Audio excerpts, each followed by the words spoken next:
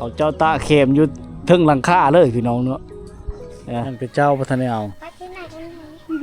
คือว่าเอาอะไรยังบ่ทันพอเนื้อคู่บ่ทันพอชะแน่นอยู่ว่าผู้หญิงแต่งงานแล้วนี่อยู่เฮิรนเฮาก็ได้บ่อยู่เฮิรนเจ้าเองงามแบบธรรมชาตินะตายบอกแล้วยอมได้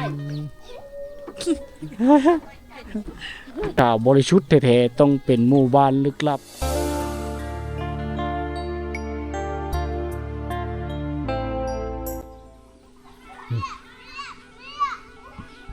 บรรยากาศภายในบ้านกับเจ้าเงียบสงบพี่น้องเข้ามาแล้วโอ้สิ่งที่ประทับใจที่สุดก็คือหมู่บ้านนี่เป็นหมู่บ้านที่ดั้งเดิมเก่าแก่เนาะแต่ส่วนหลายชาวบ้านกับเขาเจ้าบ่ค่อยย้ายไปพระนั่นเด้ถึงชีพระนี้มันเก่าแก่ไปนี้เขาก็อยู่แบบดั้งเดิมมาแต่หลายฟ้าลาปีแล้วนะได้พี่น้องเนาะมาเห็นแล้วก็ประทับใจมีต้นพร้าวที่ใหญ่ต้นพร้าวก็ถือว่าเก่าแก่เนาะตัวชุดเลยมะยังดกอยู่ได้นะพี่น้องโอ้ยพี่น้องเลยเนาะ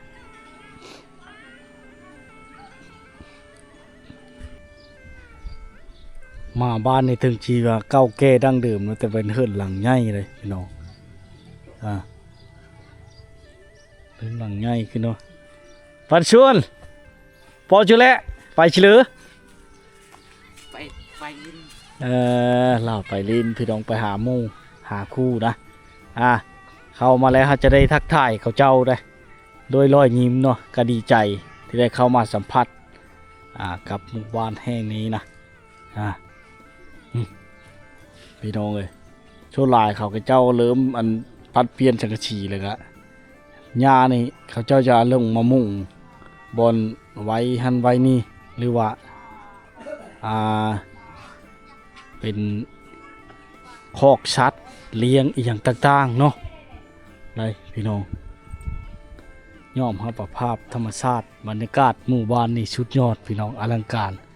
เข้ามาแล้วได้มาสัมผัสตัวจริงกันถือว่ามีความสุขหลายเนาะหมู่บ้านแบบในจินตนาการในภาพวาดพี่น้องเราได้มาสัมผัสเลยกันม่วนสนุกสบายเนาะคือเห็นนั่นแหละพี่น้องหมู่บ้านนี้ก็เป็นหมู่บ้านหนึ่งที่มีความสงบเก่าแก่ดั้งเดิมแต่บางเฮือนบางหลังคาก็ได้6 สีนำบางเฮือนบางหลังคาก็ยังบ่ได้ฮอดไผ่ผาเนาะนี่อันนี้ก็บ่ได้นี่ใช้แผ่นโซลาร์เซลล์นะถึงจะมีรักบ้านสวนหายดีโดย ทักทายกันพี่น้องเลยเนาะเครื่องเป็นเศษสงครามตะกี้ได้เขาเจ้ามาเห็นนี่พี่น้องเครื่องมาจากยนต์เครื่องบินนี่อย่างต่างๆหรือว่ามันเป็นโยมนี่เนาะเล็กบางจองอย่างต่างๆสมัยสงครามเขาเจ้ามานำใช้ในฤดูฝนนี่เขาเจ้าจะเอาลงไปลากแก้ข้ามพระเชบางเฮียงพานั้นนะได้พี่น้องเลยเนาะพี่น้องหมู่บ้านแบบจินตนาการในป่าเขาเนาะหมู่บ้านแบบในจินตนาการเลยพี่น้องได้ไม่เห็นได้มาสัมผัสเลยก็ถือว่ามีความสุขหลายอบอุ่นพี่น้องเลยเนาะหมู่บ้านนี่ดุขนาดเบิ่งสังเกตเบิ่งเฮิรนสังเกตเบิ่งหน้าบ้านหน้าเฮิรนเขาเจ้าเป็นเป้าเก่งกว้างได้พี่น้องเอ้ยนี่แหละคือในบรรยากาศภายในบ้านเขาเจ้าได้มาสัมผัสกันได้โอ้เป็นตัวเลิศเลยเฮิรนเล่าพี่น้องเฮิรนทรงมาดังเดิมเนี่ยเล่าคล้ายๆคือเวียดนามเนาะ คล้ายเวียดนามพี่น้องโอ้ไหวเล่าคือชิชานติบเข้าติบน้ำเป็นนะพอเท่านี่เนาะเอาอยู่ในเฮิรนในชานเข็มเล่าตะอยู่ถึงเลยพี่น้องนำกินเล่าใส่นั่นเลยนะพี่น้องเป็นเฮิรนชงบูหานเทเก้าแก่ดังเดิมเนาะได้มาเห็นก็ถือว่า เห็นสภาพคือใช้ย้อนยุคไปที่50 ปีของประเทศไทยแต่กี้เนาะแต่ว่าบรรดาสาวๆบ่ค่อยจะได้ถ่ายหมู่บ้านนี่พี่น้องเขาเห็นแล้วบ่เคยมีไผมาถ่ายมาสัมผัสเขาเจ้าญาติเขาปุ๊บพี่น้องเอ้ย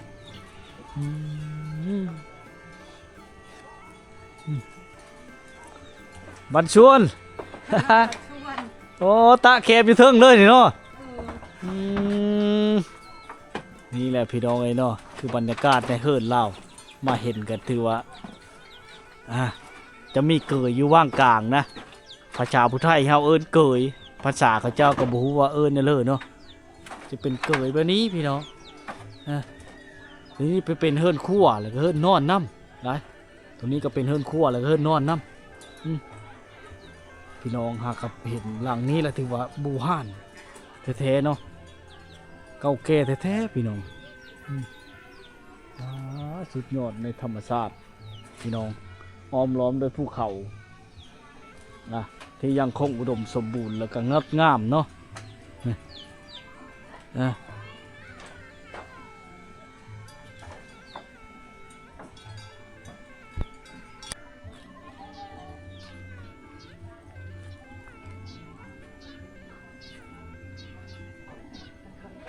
เฮิรนเขาเจ้านี่บ่ใหญ่ปานใดพี่น้องเนาะแต่ก็เป็นผาไม้เฮเนี่ยผาไม้เป็นเนี่ยเนาะที่อ้อมล้อมไปด้วยภูเขาภาพธรรมชาติลักๆชาวบ้านเขาเจ้าก็หาเครื่องป้าของดงเนาะสมัยปัจจุบันนี้นั่นก็คือเอาแคมมาจากป่าเนาะเอาแคมมาจากป่าได้พี่น้อง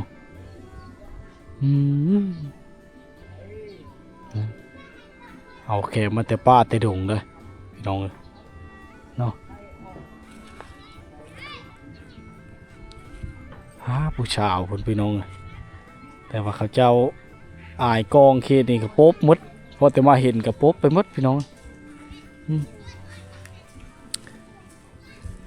เขาเจ้าเนี่ยเป็นผาไม่เฮดังเดิมแท้ๆยังต่ำเข้าต่ำน้ำเขตนี่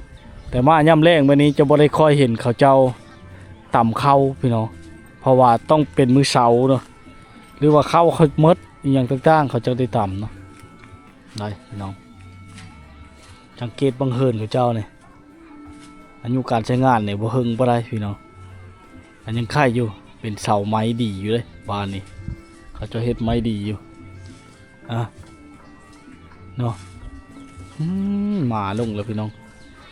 อาจอเนาะเขาเอิ้นอาจอเนาะแตกต่างกันไปพี่น้องเอ้ย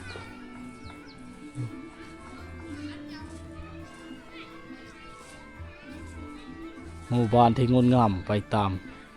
ธรรมชาติเนาะพี่น้องเลย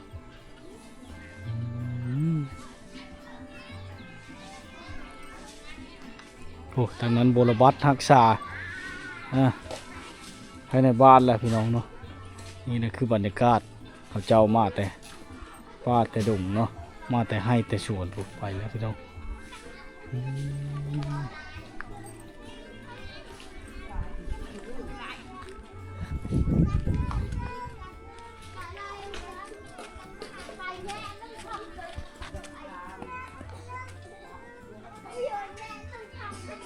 ไปแล้วพี่น้องก็เจ้าองประกาศเนาะ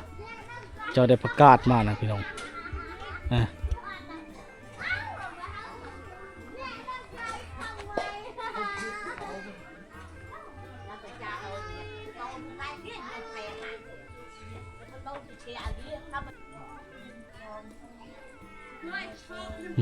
พื้นก็เจ้าในกองลังอยู่พี่น้องแบะมาหรือว่าแค่เชื้อไถมาได้พี่น้องเนาะกระดงเคาะกระดงเข่งอย่างต่างๆนี่แหละการหาอยู่หากินกับแบบธรรมชาติดังดื่มเนาะลักๆเขาเจ้าเอาผักกาดมาแต่พูดละมาแต่เช่นะเขาเจ้าปุ๊แบบบริหดเลยเขตนี่พี่น้องเอ้ยบริหดน้ำเลยได้ผักกาดนี่ครับปุ๊ฮะโดยผักกาดเอามาแต่แคมชี่พวกนั้นเนาะบริหดน้ำเลยบ่ บ่ได้หดน้ำเลยพี่น้องเอ้ยได้ไปจังกินนั่นหม้อบางเยอะน่ะต้มยังน่ะ ต้มนี่ ต้มผักกาดคือหม้อใหญ่ที่ต้มแล้วยายพี่น้องว่ะขอเบิ่งหน่อยเด้อต้มผักกาดพี่น้อง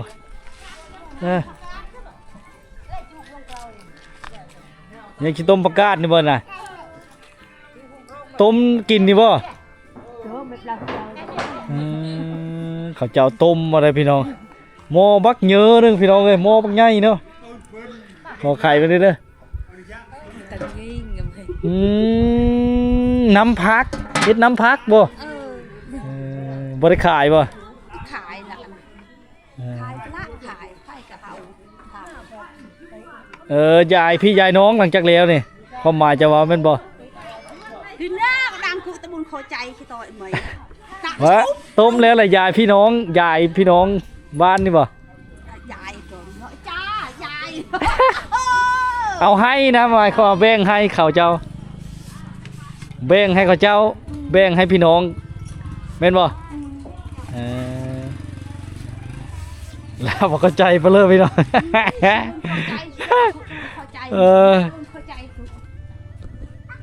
โอ้หนาวแห้งบ่พอดีมาดาวน้ำชี่บ่ฮะว่าเรามางหม่องจะได้เชื่อนะพี่น้องนั่นเนาะนี่แหละพี่น้องภายในบ้านของเจ้าเนาะผู้สาวพี่น้องโอ้ยไปเฉลยนะไปรถบนท้ายรถอ้าวผู้สาวปุ๊บเลยพี่น้องมาทันได้ยังฉันน้องพอเห็นแบบโอ้ห่านดั้งเดิมเก่าแก่พี่น้องถือว่าลังนี้แหละนักชุดในหมู่บ้านกันเลยเนาะนี่แหละผู้บ่ได้กับบ่ได้เนาะสังเกตเห็นเนาะตามธรรมชาติแบบนี้แหละพี่น้องเลยอยู่ภูผาป่าเขาเนาะวิถีชีวิตแบบเรียบง่ายดั้งเดิมนะได้มาสัมผัสกันจนค่ำมายามใดกันจนค่ำมับเอาชื่อพี่น้องเลยเวลาได้ฮันได้นี้จะย้ายกันบ่ได้ชื่อได้แล้วอีช่างบ้านเฮาก็คือนี่กี้จะบ่ดาวจะกินเมี่ยงบ่แล้วกินเมี่ยงลาบปลาได้ใช้กันบ่ปลาก็ได้ลาบปลาลาบปลาก็ได้กินลาบปลาน้ำพักต้มน้ำพักหลังจากแล้วแล้วอ่ะสิยายพี่ยายน้องแถวนี้นะพี่น้องโอ้ตะเข้าให้แล้วนี่เนาะใกล้จะได้ฉี่ได้ต่ำแล้วตามชาชีน่ะชีตลาดบ้านที่เจ้าคือบ่มีเหลาเข้าบ่ชูเจ้าไว้ในใช้เข้าเหลาเข้าเหลาใส่เข้านี่เอาไว้อยู่ให้คุณบ่เฮ็ดไว้อยู่พุ่นหนูบ่กินบ่จ้ะหมูก็ได้หนูเด้หมูก็บ่ได้หมดตายหมูโดยหมูเด้มีไก่บ่หมดตายมันเป็นภาคเนาะเนี่ยหมูก็ได้หมูไก่หมดตายไก่ละแผ่นตายไก่โดยแผ่นได้ไก่เลยขอบเจอหลายๆนี่แหละบรรยากาศภายในบ้านกับเจ้าพี่น้องเลยเนาะมาเห็นแล้วก็ประทับอกประทับใจไปอีกแบบนะได้ชุดยอดภาพธรรมชาติพี่น้องเลยถือว่าหาเบิ่งหาชมได้ยากเขตนี้เนาะเป็นให้เขาเจ้าพูนแหละเขาเจ้าขึ้นเป่าเข็มในลงมาเลยพี่น้องไกลหันเฮาบ่เคยย่าเนี่ยขึ้นไปก็เมื่อยแล้วพี่น้องอย่าว่าแต่เอาเข็มลงมาเนาะเอาลงมาบ่ได้ซ้ำเอาลงมาบ่ได้ฉันได้พี่น้องเนาะมันเมื่อยเด้ลงมานะนี่แหละนี่ข้างทางนี้ก็จะเป็นป่าไม้ป่าอย่างโบ่งเขาเจ้าได้ผู้ใดผู้มีเขาก็ปลูกไว้พี่น้องหมูมันยากห้ามแล้วเร่โอ้หมูตุยลุยอยู่พี่น้องเยอะห้ำเลยนะเมื่อละนี่แหละพี่น้องเนาะคำแล้วคอยคำเลี้ยงลงแล้วเลยพี่น้องเลย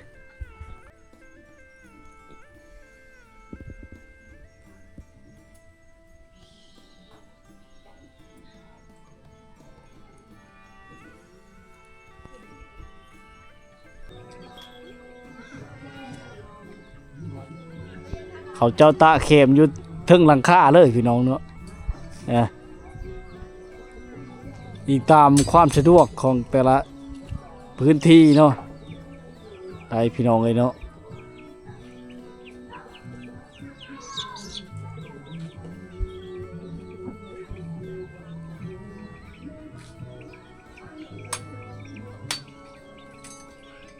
ครอบครัวจ้ะนะ ฉันวันละ บ่เจ้าลูกชาวลาบ่ ลูกกลาง ลูกชาวกลางมีลูกชาวลาอีกบ่ แม่คอยเป็นผู้ที่สาม ผู้ที่สามจะคนในเฮิรนน่ะ จุคอยมี6 คนห้าผู้หญิง5 คน อ๋อมีแต่ชาวโชดหมดเลยแต่หันยังจะคนโชดบ่เนี่ย ผู้หญิงเหลือ4 คนซัก4 คนแล้วพอดีคอยเอาผัวแล้ว เอาพัวแล้วยังเป็นเจ้าบ่ทันได้เอาคือบ่เอาอะไรยังบ่ทันพอเนื้อคู่บ่ทันพอชะแนนอยู่ แม่ เจ้าว่าอยู่ต่างประเทศมึงบ่พี่น้องเอ้ยเนาะขออยู่ต่างประเทศดีกว่าเนาะ จักว่า นี่แหละเฮิรนลากก็เป็นหมู่บ้านเล็กๆแบบนี้แหละพี่น้องเนาะก็ไม่ได้ใหญ่มีโตเบ้อเร่อนะเฮิรนแล้วเนาะคันใดก็แบบกลางเว้นยืนกลางคืนนอนแบบธรรมชาติให้พาก็อาศัยแบบต่อจากหมู่นะหาอยู่หากินตามแม่น้ำนี่บ่ลำเช่บ่เจ้าก็เคยไปหากินบ่ เคย เก็บผักเก็บผักกูดบ่ พักมุดแม่ หลายบ่แถวบ้านเฮานี่ บ่หลายปานใดเพราะว่าปีนี้มันจักแบบบ่งามล่ะ มันบ่งามปานเด้อบ่งามปานใดเอ้ยพี่น้องเอ้ยเนาะป้าก็จับชูดบาดเดียวนะใครแต่เล่านึงเขาแล้วแหละพี่น้องถ้าขึ้นเฮิรนนี่ซ้ำนี่มืดแล้วได้นี่ถ้าอยากเที่ยวชมบรรยากาศวิถีชีวิตลาวนี่ต้องมื้อหน้าพี่น้องมื้อนี้มันค่ำแล้วเวียกลาวในลักๆคืออีจังตื่นมาเลยฮะ กิน เอ็ดกินชื่อพ่อชื่อแม่กิน แม่ โอ้ชื่อพ่ออีแม่เนาะภาษาพุทธไทยพี่น้องเลยความกตัญญูเนาะฮักแพงพ่อแม่ถ้าว่าผู้หญิงแต่งงานแล้วนี่อยู่เฮิรนเฮาก็ได้บ่อยู่เฮิรนเจ้าเอง บ่ได้ ต้องได้ไปเฮิรนผัวมันทุกคนเลย แม่น ประเพณีบ้านนี้ได้ แม่น โอ้ถ้าเพนเลยอยากได้เมื่อเป็นไผแม่ย่าเนาะหรือว่าอยากซัพพอร์ตอยากช่วยเหลือลาวหรือว่าอยากแต่งงานอีหยังต้องได้มีแต่เมื่อเฮิรนผัวนะพี่น้องเจ้าอยู่เฮิรนตัวเองบ่ได้ตามประเพณีของเจ้าเนาะแต่คือว่าอะไรไทยพี่คนไทยก็อยากช่วยเหลือลาวเนาะซัพพอร์ตการยินดีเป็นสะพานบุญให้เนาะลาวก็ยังโสดพี่น้องยังบ่ทันมีชู้มีแฟนแต่ก็ไกลอลีเพื่อสิมาฮอดจอดถึงหมู่บ้านแล้วเนาะตอนในข้ามแม่น้ำเซ่เลยแม่น้ำเซ่บางเหงมาฮอดก็หากก็ขึ้นมาแต่อาบน้ำเซ่ไม่ไหมพี่น้องกำลังงามๆบ่ทันได้แต่งหน้าได้นี่งามแบบธรรมชาติตายบ้าแล้วยาวได้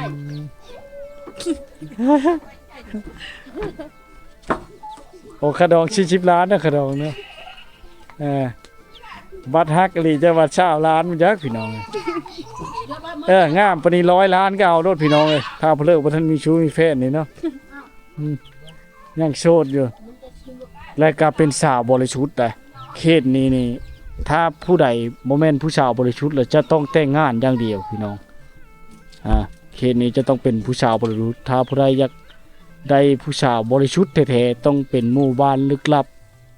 ห้างไก่เพราะว่าระเบียบเขาเจ้าถ้าว่าได้นอนชู้สาวกันแล้วนี่ต้องได้แต่งงานอย่างเดียวว่าระเบียบเขาเจ้า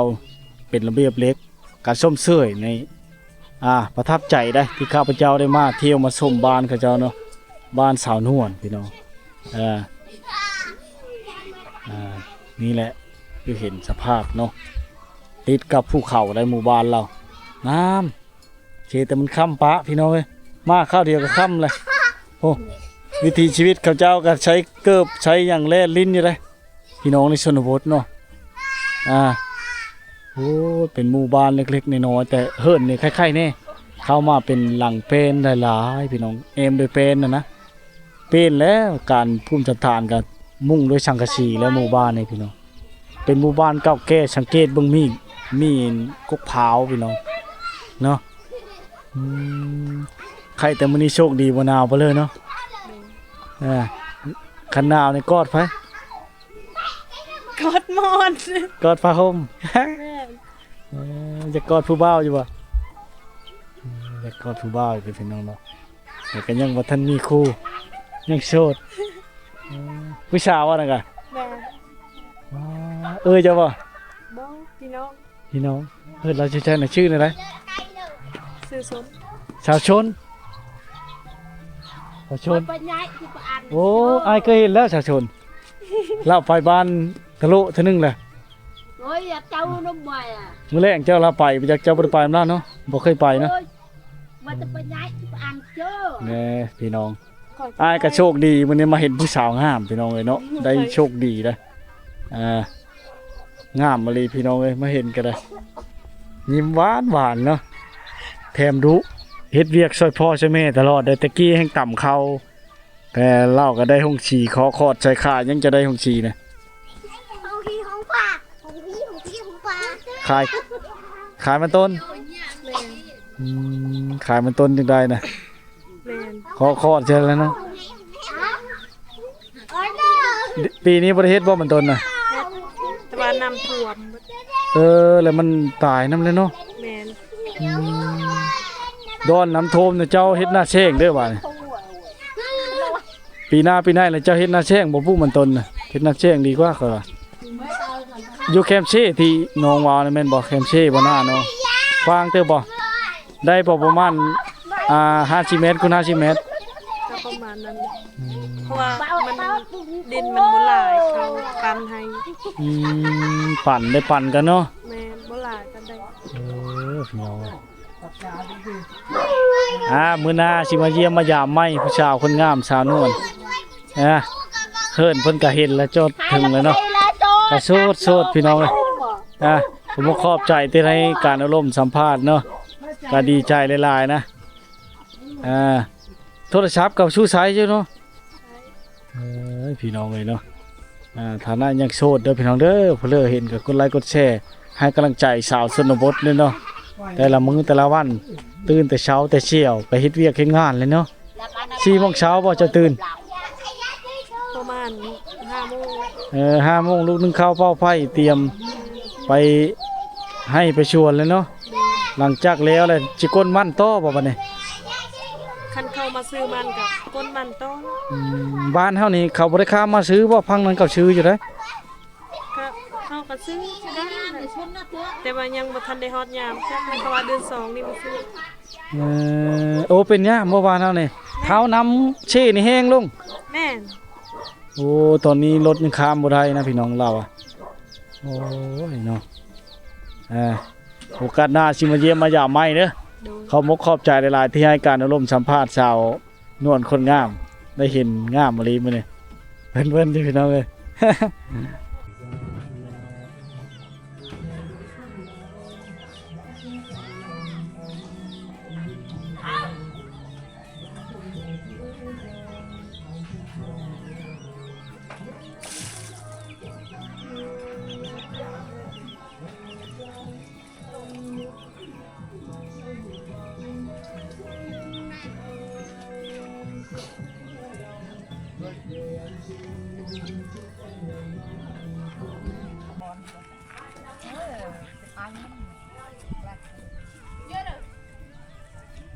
ยามแรงๆเขาเจ้าผีไผ่อ้อมล้อมพี่น้องมันหนาวเนาะพังกับพังเพียงเวียดผู้ได้เขียนนี่พี่น้องกับผู้ภาษาเวียดเนาะ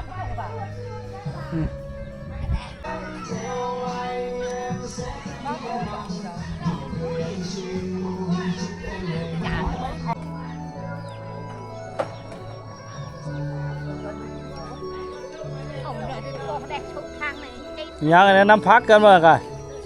โอ้เอามาตื้มใช่แล้วพี่น้องบรรยากาศหนาวๆเขาเจ้าต้มน้ำพักไว้กินเนาะยายพี่ยายน้องแถวนี้แหละพี่น้องเอ้ยไว้กินชมกินเมงเชื่อลาบปูลาบป่านี่คือบรรยากาศภายในบ้านชนบทแห่งนี้นะถ้าได้มาสัมผัสได้มาเที่ยวชมแล้วก็มีความสุขไปอีกแบบพี่น้องเนาะ ได้มาเห็นได้มาพบมาพอบรรยากาศอากาศเริ่มหนาวลงแล้วนี่เริ่มมาหนาวเตะยิ่งเยือกพี่น้องจะต้องมีแนวป้องกันไว้อยู่โดยเฉพาะเสื้อกันหนาวหรือชุดกันฝนมากเขตชายแดนลาวเวียดนามพี่น้องจอนแต่ภาพธรรมชาติงามเขตนี้พี่น้องเลยมีชำนี้แหละมาให้พ่อแม่พี่น้องได้มาติดตามภาพส้มเนาะไอ้พี่น้องงามสภาพอากาศเนาะใส่น้ำลิ้นจากภูเขาเขตนี้มืดบ้านเนาะ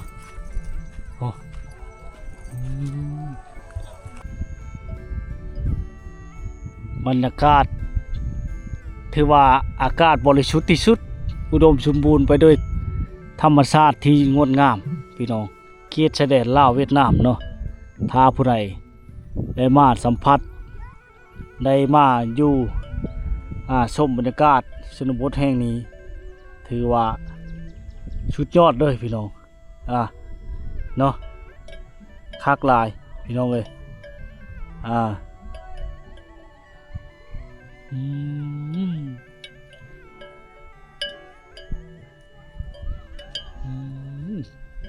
อุดมสมบูรณ์ทั้งหมดพี่น้องมาเห็นแล้วก็สะดวกสบายเนาะ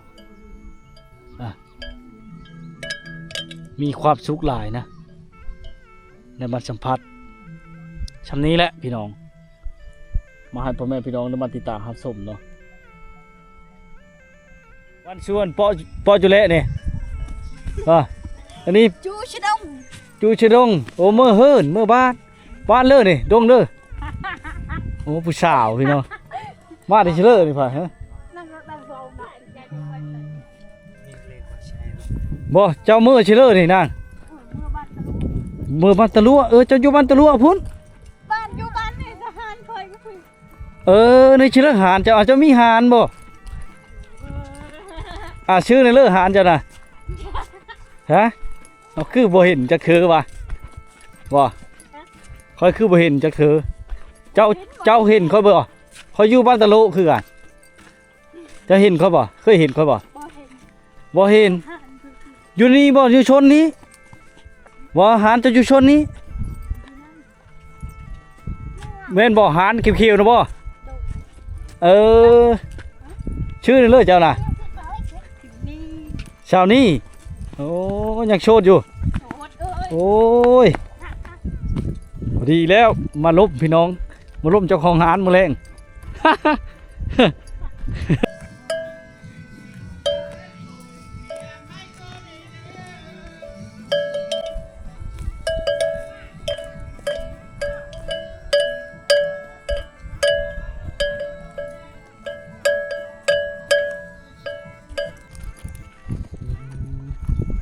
มันชวน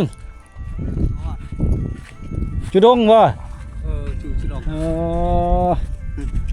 ย่างเนาะการชันจรคือการย่างพี่น้องคำบันนี้แกจุเละนี่พอจุเละแปลงรถรถพี่ป่ะนี่โอ้พี่บุกน้ำแห้งเนาะโอ้รถจนพี่น้องเลยผู้นี่แหละบ่าวคนไทยบ้านยังจอดไปพระนั่นปูนพี่น้องรถบ่าวคนไทยบ้านเพราะว่ารถลากกระเพาะเลยนะตัวน้ำพี่น้องน้ำบนมีบนเลิกบนตื่นเด้เฮ็ดให้มันเพาะแล้วพี่น้องแก้ไขจังไดเนาะบ้านพี่น้องรถละเพาะเด้อโอ้รถชาวบ้านเขาเจ้าพี่น้องขนาดเขาเจ้าเคยเด้อนี่เคยในการสัญจรเราของเรายังเพ่เฉยโอ้ยพี่น้องในนี่แหละถ้าว่ามาผู้เดียวคือบ้าคนที่บ้านบ้าวงนี่ยากเลยพี่น้องมันเป็นเลือดหัวเทียนบ่หัวเทียนทับเป็นเลือดชาน้ำเข้ากองมันโอ้ โจกลงพี่น้องเอ้ยอันตรายเนาะบ่เคยเป็นนะนี่บ่เคยเห็นนะนี่ไม้ในใส่มันน่ะมันนำยังโอน่ะในเทิงนี้บ่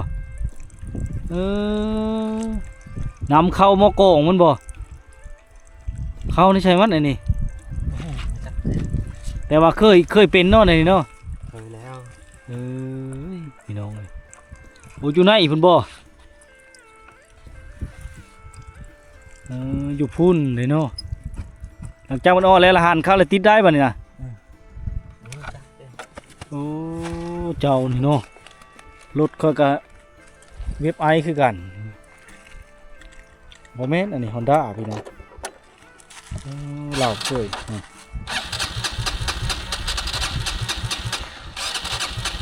น้ำเข้ามากองมันพี่น้องเต็มเลยบางเลยโจกเลยนี่แหละจังบ่จักข้ามมันอ่ะเบิ่งคือตื่นๆแต่มีบ่เลิกบ่ตื่นเด้อพี่น้องเอ้ยการสัญจรของเขาเจ้านี่คือต้องได้ย่างข้ามน้ำนี่พี่น้องฤดูแล้งนี่เนาะถ้าฤดูฝนนี่จะต้องได้อันนั้นได้